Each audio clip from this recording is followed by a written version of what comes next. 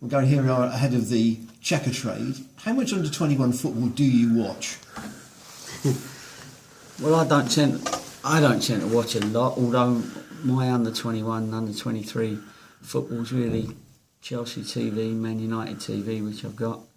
My brother Pete's the one that knows the under-23 leagues, teams, inside out. And of course, for young players, you can't just watch them once. You've got to watch their development. We've got to try and find one of those before everyone else does, so that you sort of got to judge whether you think he's ready for the second division. And sometimes you get it slightly wrong because he wasn't quite ready. And then if you leave it too late, then you've lost him anyway, because he goes into the first division on the championship.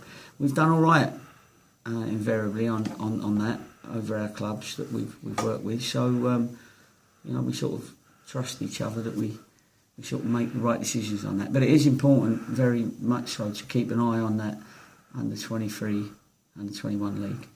I think I'm right in saying that Leicester's youth team knocked Cheltenham out of the Youth Cup last season. Do you expect any of those players to be in their under-21 sides for this match?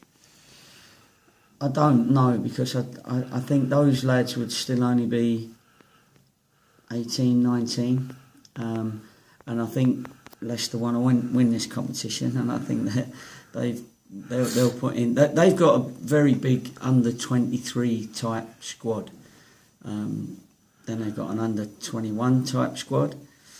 And then in this Checker Trade Trophy, I've been practising that, by the way, saying that. In this Checker Trade Trophy, they've also played some fringe first team players. I think last time they played, they had a 35-year-old and a 29-year-old playing. So I don't know where it has to be an average of under 23 or actually under 23. But anyway, that's what they've done. So I think you can expect maybe 2 or 3 players that people will know. Vardy might be playing, might he? I don't think he'll play. It'd be good if he could, and we could advertise it. We'd get a full house, wouldn't we? In terms of their progress to this stage, I think they've only scored 1 goal in their 3 matches, but they've only conceded 1 goal. So that kind of says they're competitive. Yeah, they are competitive, and we've managed to have a look at them, a good look at them, and they are very organised. That's what they are, and I know they haven't scored many goals, but they've still got through the competition. They probably, but they do. They are a very organised team, and you've got to break that down, and you've got to be careful that if you're not organised, then of course they've got the quality to open you up as well. So it's an interesting one. People will know there's £20,000 worth of prize money on this game, which is perhaps the real import for you, apart from the result. How far does £20,000 go? For me, the result is important. That's the first thing, and what you get after that is all a bonus, of course. £20,000 doesn't go that far, but what it does is, when it adds up with all the other bits that you've got from the FA Cup games and the extra game and other games in the Checker Trade Trophy, then it can build up to a nice little sum, and that's there for a rainy day if you need it. And I know I can hear everybody screaming now, it's a rainy day now, use it. But sometimes it goes into the infrastructure, and then you can afford to pay 1 or 2 players a little bit more to bring them here. So that sort of thing. You don't always, if you get 100 grand, you can't always go and spend 100 grand as a transfer fee, because then you've got to pay someone's wages, which is going to be quite high. So it's better to use it as and when and how you need to, but it still goes into the structure. People will be keen to know what progress you're making with your proposed signings, given you've made some space in the squad by allowing the loan players to go and Alex Cooper to go. Yeah, there's still a little bit of business to do. I've been pleased with our business so far. Obviously, As you know, I don't really want to put it out there yet because it's not the time to do that. I can only tell you when the facts come up. But I'm pleased with the ones that we've brought in, and I'm pleased with the ones that are imminent. Maybe a bit too strong a word, but with the people that we're in the last throes of negotiating with. At Colchester, you hinted 2 or 3 before Accrington. Is that still the target? Is that still doable, do you think? Yes, it's definitely doable, yeah. And it could even be one more than that if things go well in our negotiation, because there's still a lot of things to do. Obviously, at this point, some players would have already played in the Checker Trade Trophy, for instance, for somebody. So there's players out there that couldn't play for us tomorrow anyway. But when I get it all sorted, and it won't be long, and I'm hoping that things will be done by Accrington. And if they're all done by Accrington, I'll be very, very pleased with our club's business. So are you picking from the same squad that you had for the game at Colchester for this match? Might be. Near enough, yes. I say near enough because we've still got 24 hours before this, or more than 24 hours before this game starts. So anything could happen in that period of time. And when was the last time you saw the players? Friday? What players? Your players. Friday? Yeah, it was yesterday. Sunday. Yeah, Sunday. Yeah, I've lost all track of days. You were in yesterday. We was in Okay. yesterday. Yeah. After going to church. Yeah. You've had a week without a game. This is a Checker Trade game rather than a league game you're building up to. Do you sense that the players have kind of drawn a line in the sand after Colchester and said, right, we have turned the corner into the second half of the season now. We really need to improve the situation. Yeah, we of course we've talked about that. We've watched the previous videos. The lads know there'll be new faces. Obviously, they've seen quite a few people leave, and so you can use it as turning the corner, but you haven't turned the corner until you get your next result, and that's what we need. Certainly in the league anyway. I mean, it'd be nice to get it against Leicester, but the 6-pointer is against Accrington, of course, and some games coming up after that. So that's the time when you can say you've turned the corner, because I don't know whether it's us, but we've had some close games against some teams, but the latest games that we've sort of had of teams that are in the middle of their form. We played Cambridge when they were top of the form table. We played Colchester when they were top of the form table. We played Barnet when they was up there.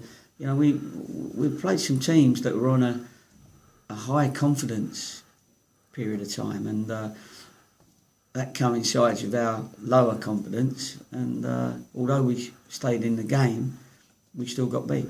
So we've got to build that confidence now, so that we can start one of those runs and 1 month be at least top of the form table. That's really where we need to be as quickly as possible. 2 more then from me. Do you sense that the last week then, have you done more mental work than physical work with the boys to try and... They look like I have. Yes, we've done a lot of mental work. However, we've done a lot of physical work as well. And what we've done has been intense in a decent atmosphere. It's not been intense as in, an angry atmosphere, but certainly one that's picked everybody up in as much as that they've all gone beyond their comfort zone over the last 2 or 3 days and come out strong. So I'm pleased with that, because if they were weak, they wouldn't have got through what we've done in the last 3 or 4 days. And they're all happy they've got through it. They're all high-fiving each other, and now they've got to go and produce in these coming games. And just a last thought, because you have played Everton in this competition, you're an under-21 side, Premier League, you're playing another Premier League under-21 side in this game. How do you assess it says who the favourites are. Do you think that it's a difficult call because you're playing in totally different competitions through the season? The favourites between us and Leicester. Yeah, I don't know. You can't judge that, can you? Because we don't know what team they're going to put out. We've tried to second guess their team, and it's very difficult because they played all different sorts of players and ages in this competition. But we know they've got the quality and the potential to be Premier League players, so I suppose really they're the favourites. I'll put the pressure on them. But we'd like to win it, so I brought the pressure back on us. What news of Rob Dickie?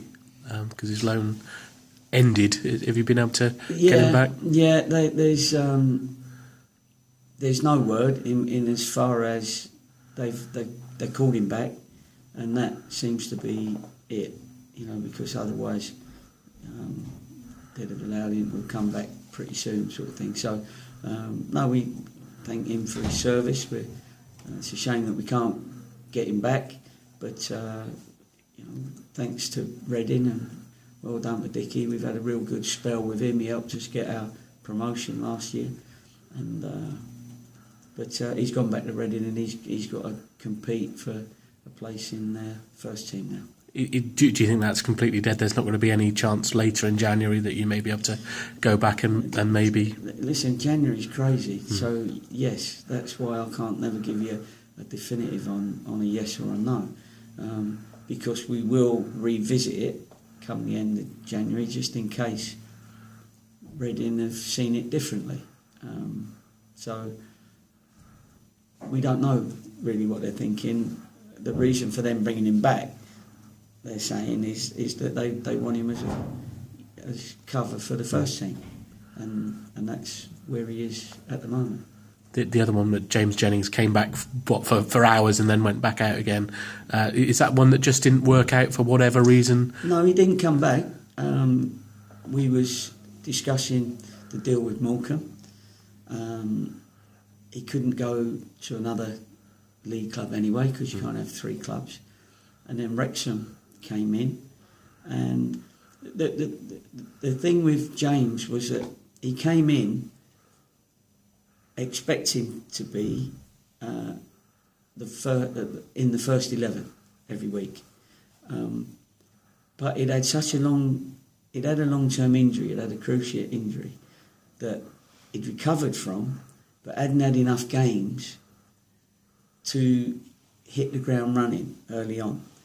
So he played, and then Cranners played, and Cranners is going well, in my opinion. I know he's not everybody's cup of tea for whatever reason, but he's got a good future, Cranners, and he's strong and he's quick. So we put him in, and then James got a little bit despondent because he's 30 years of age and needs to play in the first team, which we understand. So we had a good chat together, and that's why he moved on. Now the situation is still the same at this point in time, so he needed to go somewhere where he was going to play games again, and probably nearer his home up north because his family always watch him. And it's a shame that it sort of didn't work out, because he would have been good for us and a good leader and everything. He's obviously a good player.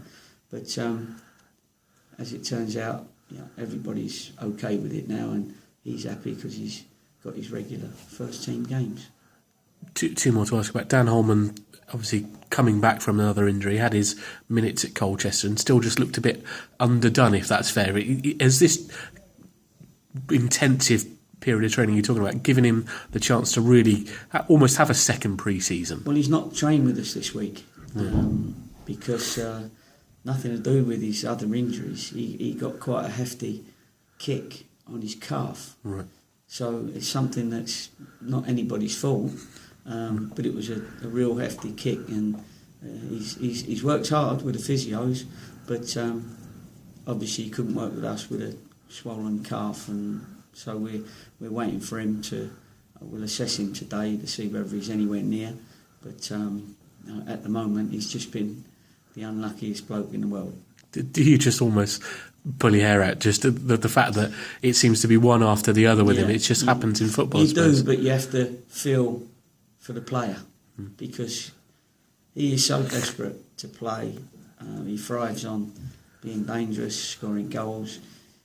He knows that the manager's been giving him games when maybe he's not 100%, just to get that feeling of all the work's not a waste of time, sort of thing. He needs to play, but of course, unfortunately, he's got a couple of knocks, one on his ankle at Cambridge since he's been back, and then a kick on his calf, which was quite a big kick. It weren't just a bruise; it was like quite a big hematoma, they call them, when they're sort of, when it's a deep like in the muscle. One, it's like we get a dead leg, you got it in the calf, sort of thing. So unfortunate, but and he's lower than a snake's belly at the moment, and you're going to have to get him fit and try and pick him up ready for the remainder of the season when he's ready. Is there any news on when Asa Hall could be back with you? Asa's been training with us the last 3 days, normal, so that's good. He's worked really, really hard.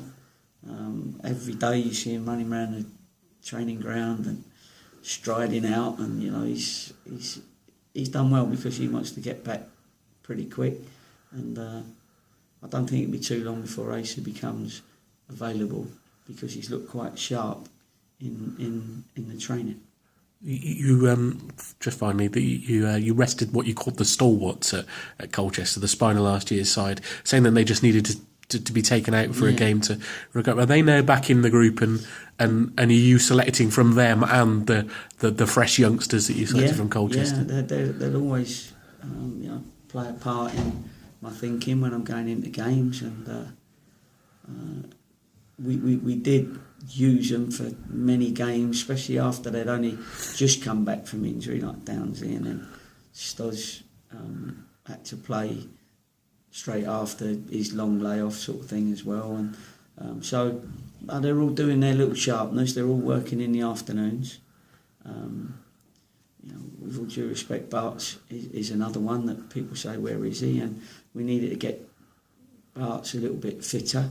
Some people have problems with different bits and pieces, and there's a particular something that we needed to work hard with him, and he's done that, and he's back in my mind for games, and I'm pleased with the progress that they're all making, because we sit down and we talk about their individual strengths and weaknesses, and some of their weaknesses they've had to work on over it because we're at a different level. And so we've given them this week or two to say, right, here's your programme, this is what you got to do. We'll do your hydration, we'll do your body fats, all those things that we need to do. We'll check, see whether you're jumping higher than you was. We've got a jump test and all that, see how high they jump and all that sort of stuff. And all that put together tells us whether they're ready again. And the results have been yes, no? The results have been good on all of them, yeah. So I answered your question and say, they're all back in your thoughts. They needed that break. Thanks. Thank you, Gary. No problem.